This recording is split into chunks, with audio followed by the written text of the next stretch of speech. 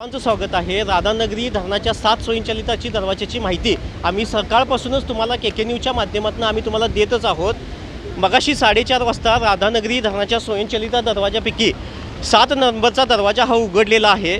आम्ही के न्यूजच्या चॅनलच्या माध्यमातून तुम्हाला राधानगरीचे संपूर्ण अपडेट देत आहोत। कुणीही अफवेवरती विश्वास ठेवू नका। जे काही प्रशासनाकडून येणाऱ्या सूचना आहेत त्या सूचनांचं तंतोतंत पालन करा, कारण भोगावती नदीकाठाच्या लोकांना वारंवार प्रशासन आव्हान करत आहे की आपण आपली काळजी घ्या, कारण राधानगरी धरण पाणलोट क्षेत्रामध्ये पावसाचा जोर वाढलेला आहे। त्यामुळे भोगावती नदीकाठच्या लोकांनी सतर्कता बाळगा। आम्हीही आमच्या के न्यूजच्या चॅनलच्या माध्यमातून आव्हान करत आहोत की सतर्कता बाळगा, कुणीही अफवेवरती विश्वास ठेवू नका।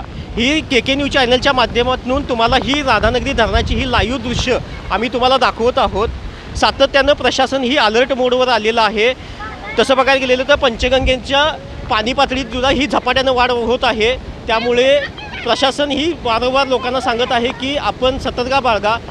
तरी तुम्ही ही सर्वांनी काळजी घ्या, कारण धरण पाणलोट क्षेत्रामध्ये पावसाचा जोर वाढलेला आहे। कॅमेरामन संतोष कांबळेसह मी मिलिंद कांबळे।